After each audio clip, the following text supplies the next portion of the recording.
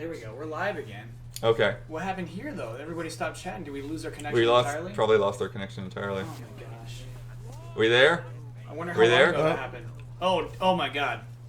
Hype overload on Twitch. There we go. What's the last thing you guys heard, guys? Oh my gosh, this is like, what happened? Where'd we go? Go back down, go back. We're back!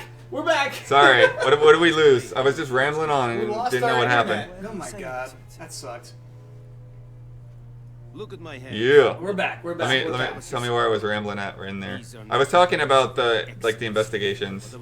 And so there was this part where How much can you give? you're talking to one of the Jarls in Skellige, which is kind of like the Skyrimish type area of the Witcher's world, which I don't think the world overall has a name for it. There's some crazy stuff that they've done, that the author's done with these books.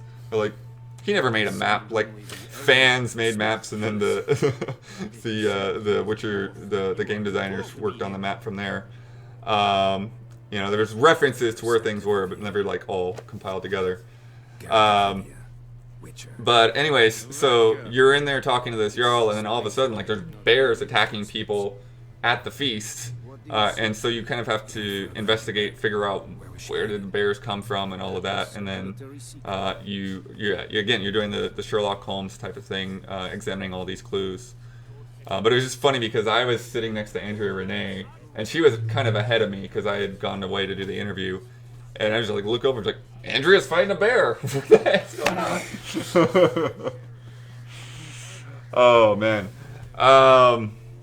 Yeah, any other questions? Because I'm rambling through all kinds of stuff. When is it out? It's out May. Well, they put it up there. Yeah, out May 19th. May 19th is right. Another thing. I think I mentioned this before, but yeah, this guy here that's on the screen right now. So he's from the invading empire. Nilfgaard has invaded Temeria and some of the other countries that you were in the past Witcher games.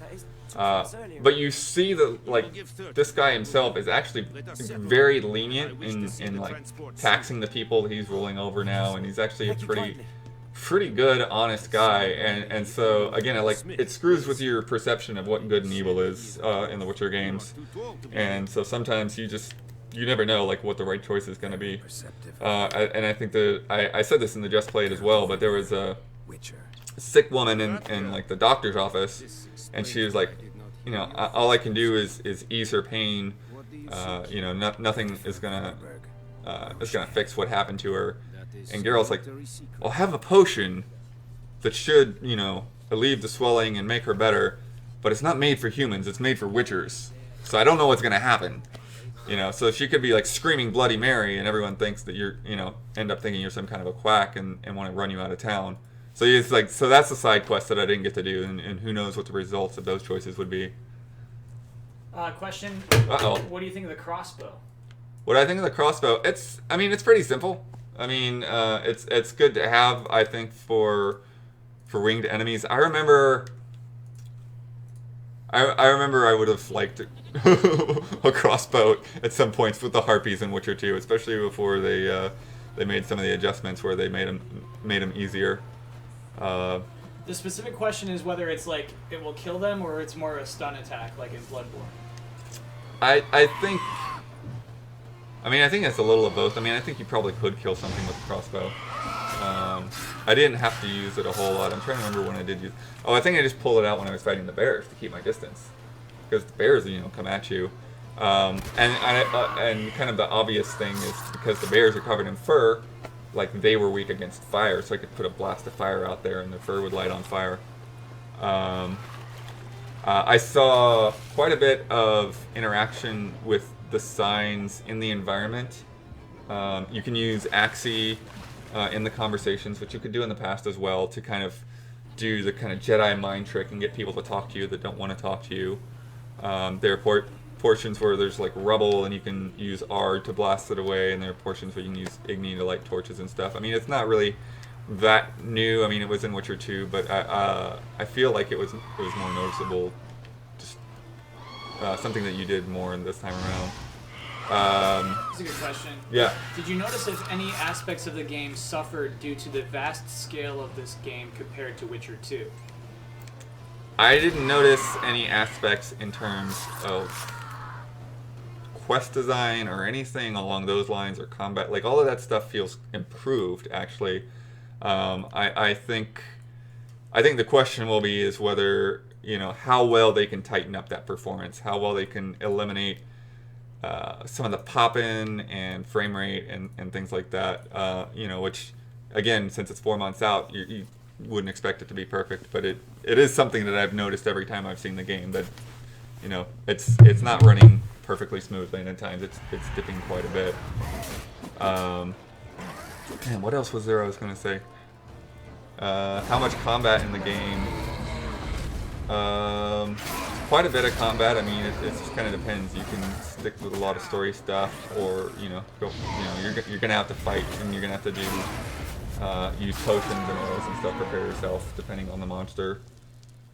Definitely more hyped. I think actually seeing the way the quests interact has been like, yes, this is great. The way the characters are fleshed out, no matter seemingly how small they are. I mean, I think you probably will see people walk down the street that might, look similar or whatever, but in terms of anyone that you would interact with, they look distinct. They look like a singular person, and not and what I think BioShock Infinite, like you walked around and like you would see like 4 guys with the same face.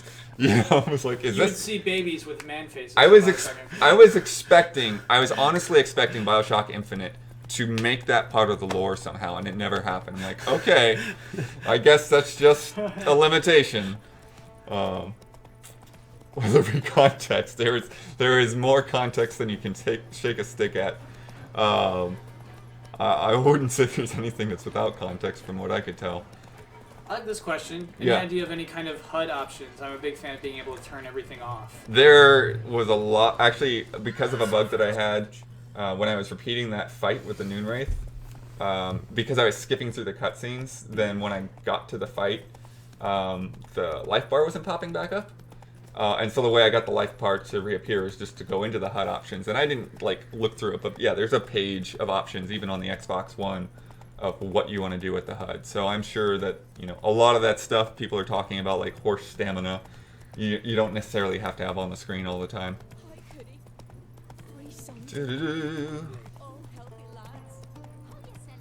I've seen this one actually a few times. What's that? And you may have already answered this. Is this an easy game to hop into if you're not if you haven't played a lot of Witcher in the past? I think so. I think there's some aspects of the tutorial that might be a little overwhelming. I told them that too, that maybe it'd be better to let you get some sword fighting in before you move on to bombs and things like that. But I think overall it's not that hard to jump into. I think they do a really good job of getting the characters that are important in front of you right away. So he's like, okay, this is Vesemir. If you don't remember Vesemir from before, this is who he is. This is why he's walking around with you.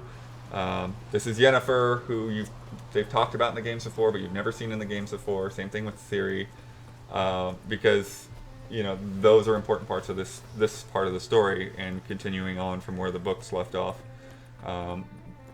So anyone, I think, will be able to kind of grasp onto that. At the same time, no matter where you jump in, even if you jump into the first book, you're in the middle of just the deep end. This is probably the shallowest it has ever gotten in terms of just allowing you to get accustomed to things and not feel like, what the heck is going on the whole time. So, you get the sense of okay, yeah, there's these guys invading, and they're the bad guys, and you're looking for this woman, and both of these women, basically. And that's kind of your quest, and you meet the rest of the people that you need along the way. How is the music? Oh, the music's fantastic. I mean, are you kidding me? Yeah, it's been great all along. Is there any destruction or interaction with environments?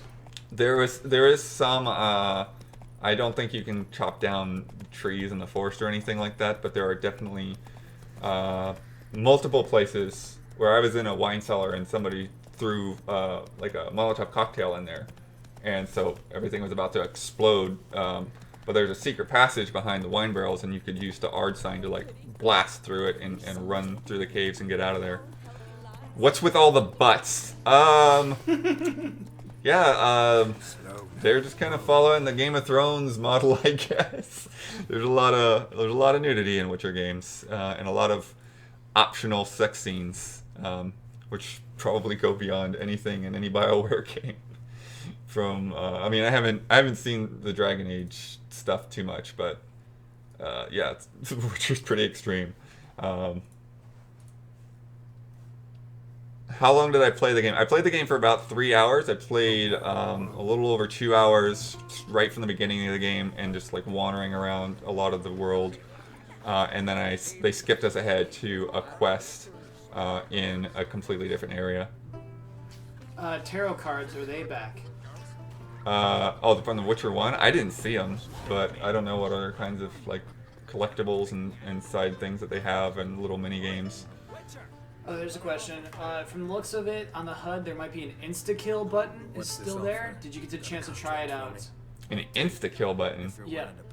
If so, how There's are the parrying animations? and stuff. I don't know what an insta-kill button... Well, maybe there's like... Maybe if you get an enemy into a weakened state or something? Because I did see that part with the flying things, where he kind of dodged and then stabbed it in the head, which was a nice animation. They say there's a lot of combat animations to kind of make every creature encounter, or every type of creature encounter different. How varied are the environments? I think we have to see more, but they've got all of the Witcher's world to kind of to play with. It seems the Skellige, like I said, looks very much like Skyrim, but that's just the set of islands off the side of the map. And then the starting area was kind of like a summer field, like wheat fields and that sort of thing. Some of that, yeah, they showed some of the snow in Skellige. They showed some caves. And then Vizima and Novigrad are some of the cities, and those look very different from each other. So yeah, I think there's going to be quite a bit of variety, actually. So, Blood, we got about a minute left. Minute left before Brandon Jones. Cutting in on my Dying Light time. Did you get to play as the female?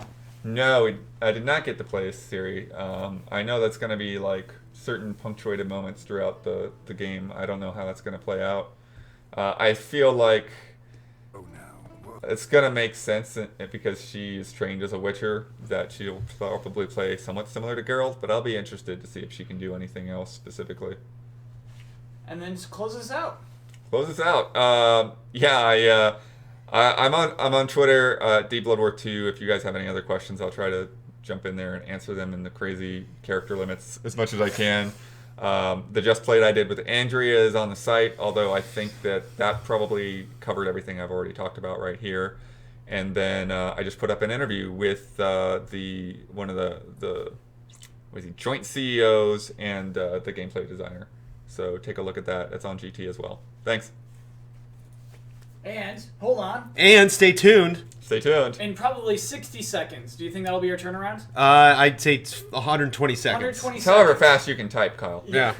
We're Well, going we to shall come see. back and play some Dying Light for 1 hour. Woo! Cool. Can't wait.